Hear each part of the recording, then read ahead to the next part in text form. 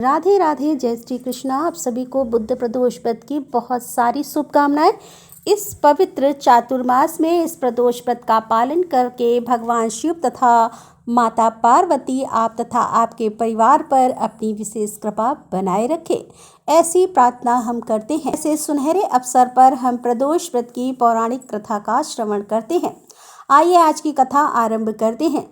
श्री सूत जी गोस्वामी ने कहा कि त्रयोदशी तिथि में संध्या काल को प्रदोष कहा गया है और प्रदोष के समय महादेव जी कैलाश पर्वत के रजत भवन में नृत्य करते हैं और देवता उनके गुणों का स्तवन करते हैं और इसीलिए धर्म, अर्थ, काम और मोक्ष की इच्छा रखने वाले पुरुषों को प्रदोष के नियम पूर्वक भगवान शिव की पूजा, होम कथा और गुणगान करने चाहिए।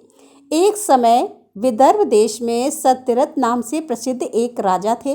वे सदैव धर्मों में तत्पर, धीर, सुशील और सत्य प्रतिज्ञ थे। वे धर्म पूर्वक पृथ्वी का पालन करते थे और ऐसे बहुत सारा सुखमय समय बीत चुका था। उसके बाद अचानक एक दिन साल्व देश के राजाओं ने इस विदर्भ नगर पर आक्रमण कर दिया। यह देखकर विदर्भ राजा विशाल सेना के साथ युद्ध में उतर पड़े और दुर्भाग्य से साल्वों की बहुत बड़ी सेना मारी गई, लेकिन अंत में विदर्भ राज भी उनके हाथों से मारे गए। उनका भयंकर पराजय हुआ। मंत्रियों सहित उस महारथी वीर राजा के मारे जाने पर मरने से बचे हुए सैनिक भी चले गए और उस समय विदर्भ राज सत्यरथ की पतिव्रता पत्नी अत्यंत शोकग्रस्त हो गई और उसी क्षण वो राजभवन से निकलकर पश्चिम दिशा की ओर चली गई। वह गर्भवती थी। प्रातःकाल होने पर धीरे धीरे मार्ग से जाती हुई उस साध्वी रानी ने बहुत दूर का रास्ता तय कर लिया और उसके बाद वो एक स्वच्छ तालाब पर पहुंची। तालाब के किनारे एक वृक्ष था। वह उस वृक्ष के नीचे बैठ गई और उस समय वह रानी गर्भवती थी और उस पतिव्रता नारी ने उत्तम गुणों से युक्त शुभ मुहूर्त में एक पुत्र को जन्म दिया। तत्पश्चात वह रानी जल पीने की इच्छा से उस जलाशय में उतरी और उसी क्षण एक मगरमच्छ ने आकर उसे अपना ग्रास बना लिया। इस प्रकार वह बालक जन्म लेते ही माता पिता से विहीन हो गया।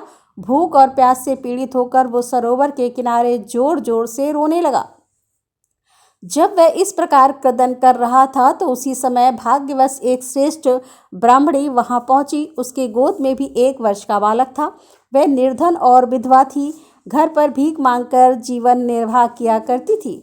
उसका नाम उमा था। जब उस ब्राह्मणी ने उस राजकुमार को देखा तो उसे बड़ी दया आ गई और उसने मन ही मन विचार किया कि ओहो, यह तो बड़े आश्चर्य की बात है। यह नवजात शिशु जिसकी नाल भी अभी तक नहीं कटी है, वह यहाँ पड़ा हुआ है। ना जाने इसकी माता कहाँ चली गई, इसका पिता कौन है।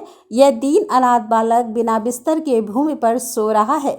ना जाने यह चांडाल का पुत्र है या शूद्र का, वैश्य का बालक है या ब्राह्मण का या फिर क्षत्रिय का।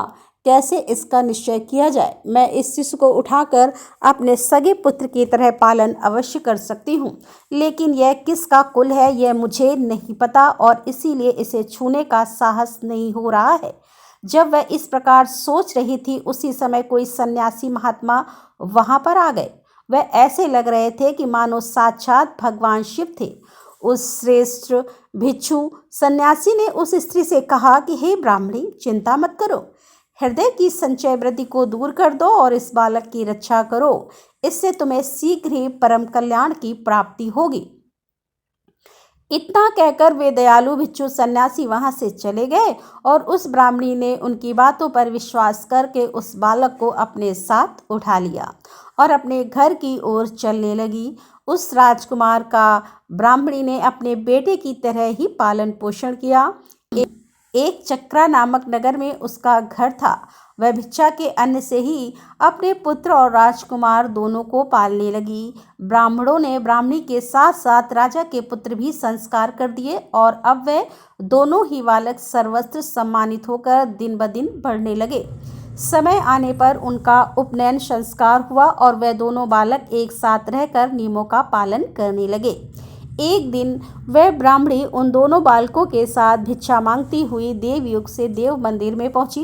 उन दोनों बालकों को देखकर वहां पर उपस्थित परम बुद्धिमान ऋषि सांडिल्य ने कहा, देव का बल बड़ा विचित्र है। कर्मों का उल्लंघन करना किसी भी जीव के लिए अत्यंत कठिन है। देखो ना, यह बालक दूसरी माता की शरण लेकर भिक्षा से जीवन निर्वाह कर रहा है।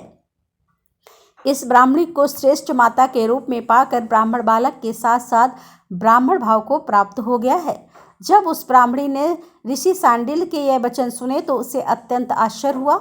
उसने भरी सभा में मुनि को प्रणाम करके पूछा कि हे ब्राह्मण, एक सन्यासी के कहने से ही मैं इस बालक को अपने घर ले आई थी। यद्यपि अभी तक मुझे इसके कुल का पता नहीं लगा, फिर भी मैं पुत्र की भांति इसका पालन पोषण करती हूँ। आप तो ज्ञान के नेत्रों से देखते हैं और इसीलिए कृपया आप मुझे यह बताइए कि यह बालक किस कुल में उत्पन्न हुआ है और इसके माता पिता कौन है। यह सुनकर मुनि ने कहा कि हे ब्राह्मणी, यह विदर्भ देश के राजा का पुत्र है। और इस प्रकार कहकर मुनि ने उस बालक के पिता के युद्ध में मारे जाने का और उसकी माता के ग्रह द्वारा ग्रस्त होने का संपूर्ण समाचार कह सुनाया। यह सुनकर ब्राह्मणी को और भी आश्चर्य हुआ। फिर उसने प्रश्न किया कि हे महामुने, वे राजा संपूर्ण भोगों को छोड़कर युद्ध में क्यों मर गए और इस बालक को दरिद्रता कैसे प्राप्त हुई और यह बालक अपनी दरिद्रता को पूर्णतः नष्ट करके पुनः राज्य कैसे प्राप्त कर पाएगा। मेरा यह पुत्र भी भिक्षाने से जीवन निर्वाह करता है, अतः इसकी दरिद्रता के निवारण का भी क्या उपाय है, यह बताने की कृपा करें।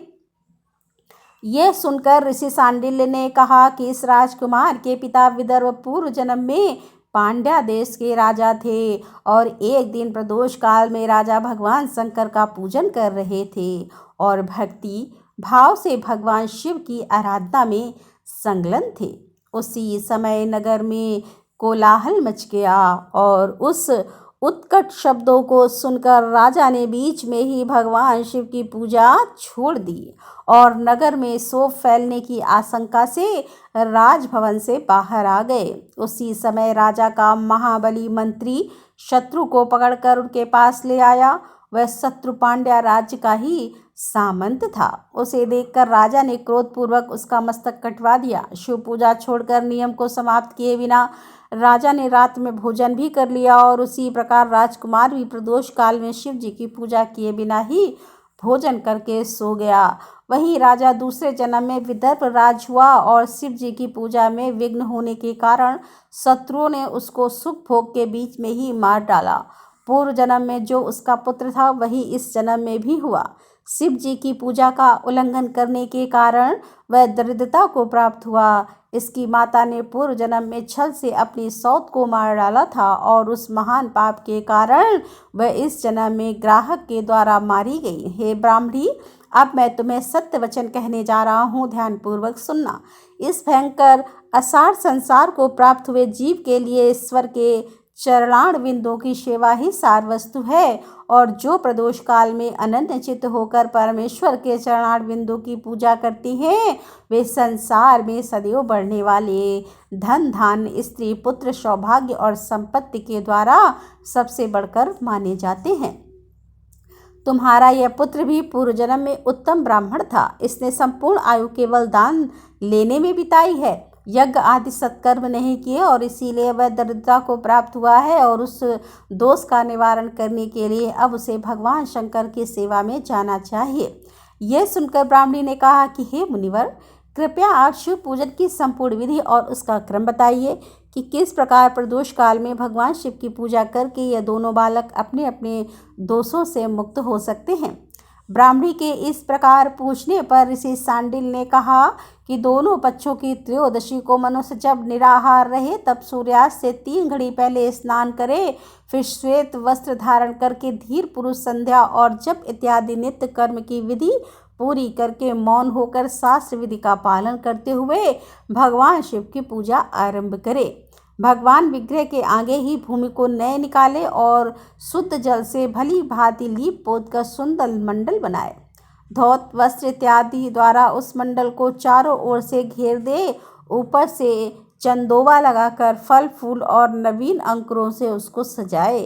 मंडल के मध्य की भूमि में 5 रंगों से युक्त विचित्र कमल अंकित करके उस पर सुस्थिर आसन बिछाकर बैठे और हृदय में भक्ति भाव से युक्त होकर पूजा की सभी सामग्रियों के साथ भगवान शिव की पूजा अर्चना करें। पूर्ण मनोभाव के साथ भगवान शिव को प्रार्थना करते हुए इस प्रकार कहें कि हे देव, आपकी जय हो।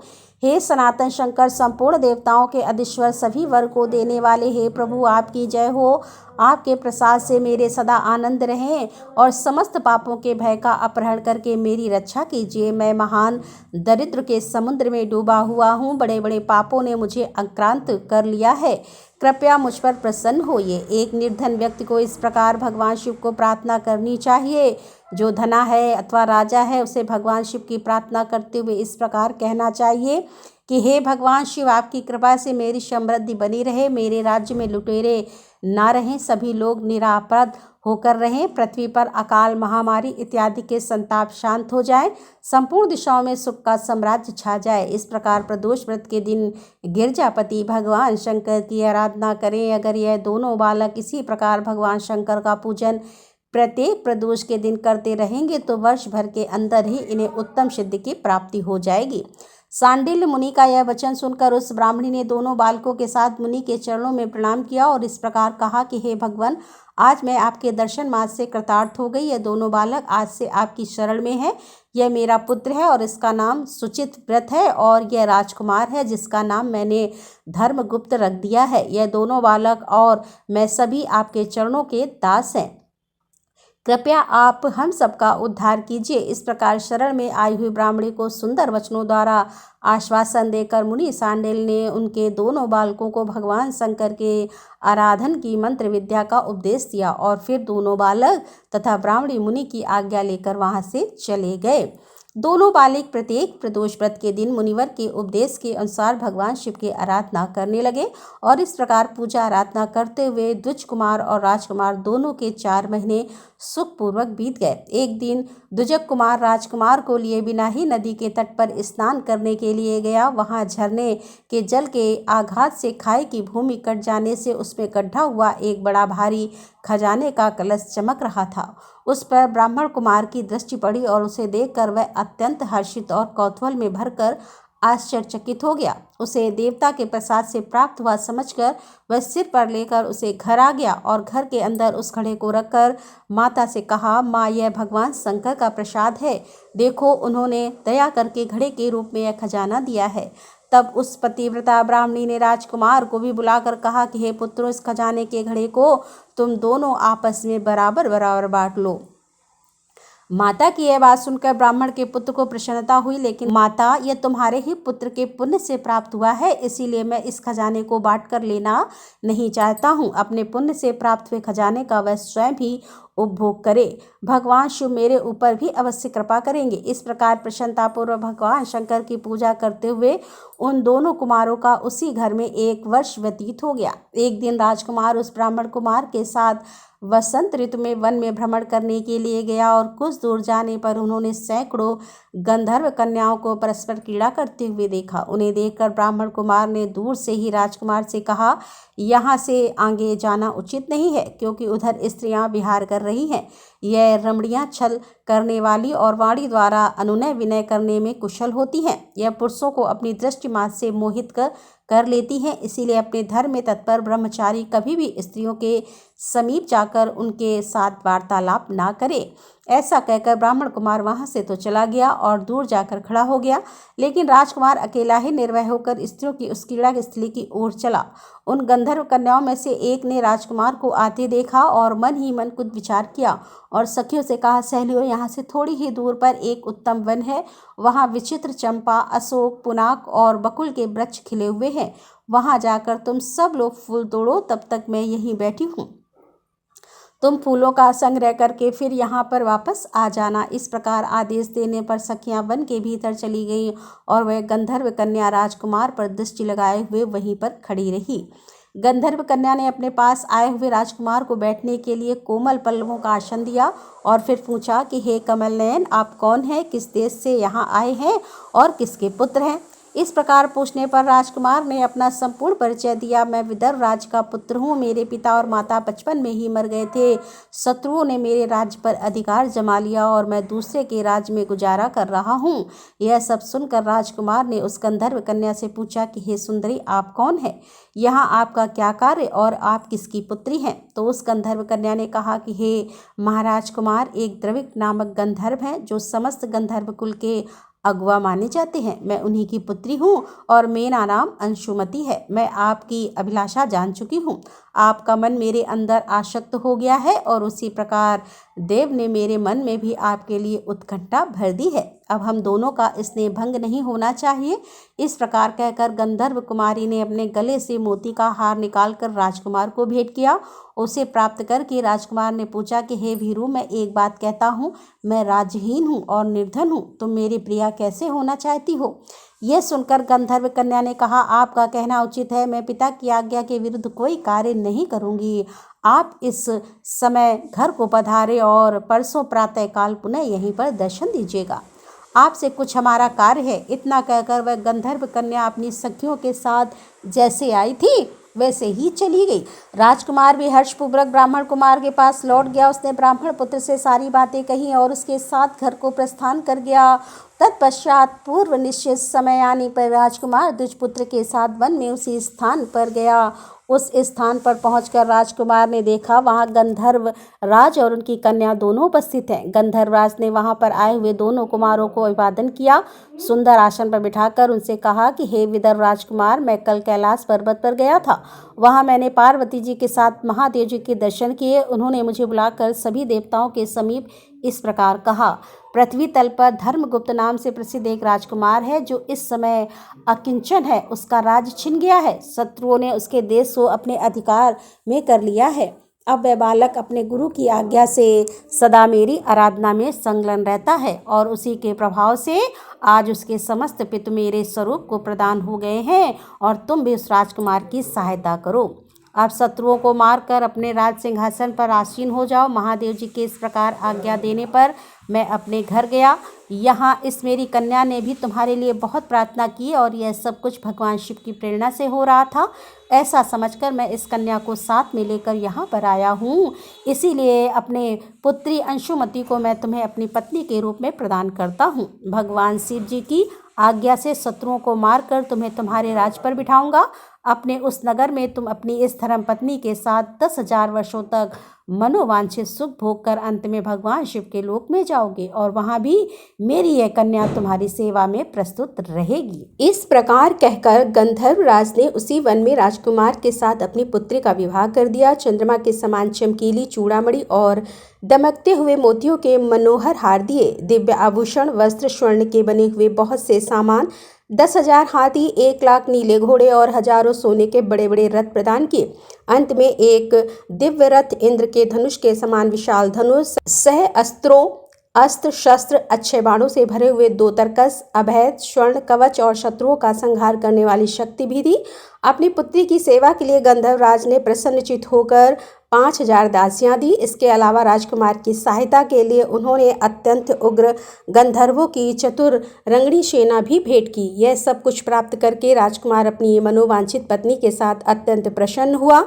पुत्री का विवाह करवाकर गंधर्व राज वापस स्वर्गलोक में चले गए और धर्मगुप्त विवाह के उपरांत गंधर्वों की सेना के साथ अपने नगर में गए और वहां उन्होंने शत्रु सेना का संहार करके राजधानी में प्रवेश किया। श्रेष्ठ ब्राह्मणों और मंत्रियों ने मिलकर राजकुमार का अभिषेक किया। जिस ब्राह्मण पत्नी ने उनका अपने पुत्र की भांति पालन किया था वही उनकी माता हुई और वह दुष्कुमार उसका भाई हुआ और गंधर्व राजपुत्री अंशुमति महारानी के पद पर प्रतिष्ठित हुई। इस प्रकार भगवान शंकर की आराधना करके धर्मगुप्त विदर्भ देश के राजा हो गए और इसी प्रकार दूसरे लोग भी प्रदोष व्रत के दिन गिरिजापति की आराधना करके मनोवांछित फल और कामनाओं को प्राप्त करते हैं। तो यह थी इस प्रदोष व्रत के उपलक्ष्य में सुंदर कथा। हमें आशा है कि आज की यह प्रदोष कथा सुनकर भगवान शिव के प्रति आपकी भक्ति भाव और पूजा का समर्पण में वृद्धि हुई होगी। अगर आपको आज की यह कथा अच्छी लगी हो तो आपके अपने चैनल रीता शुक्ला को सब्सक्राइब कीजिए, इस कथा को शेयर कीजिए। राधे राधे, जय श्री कृष्णा।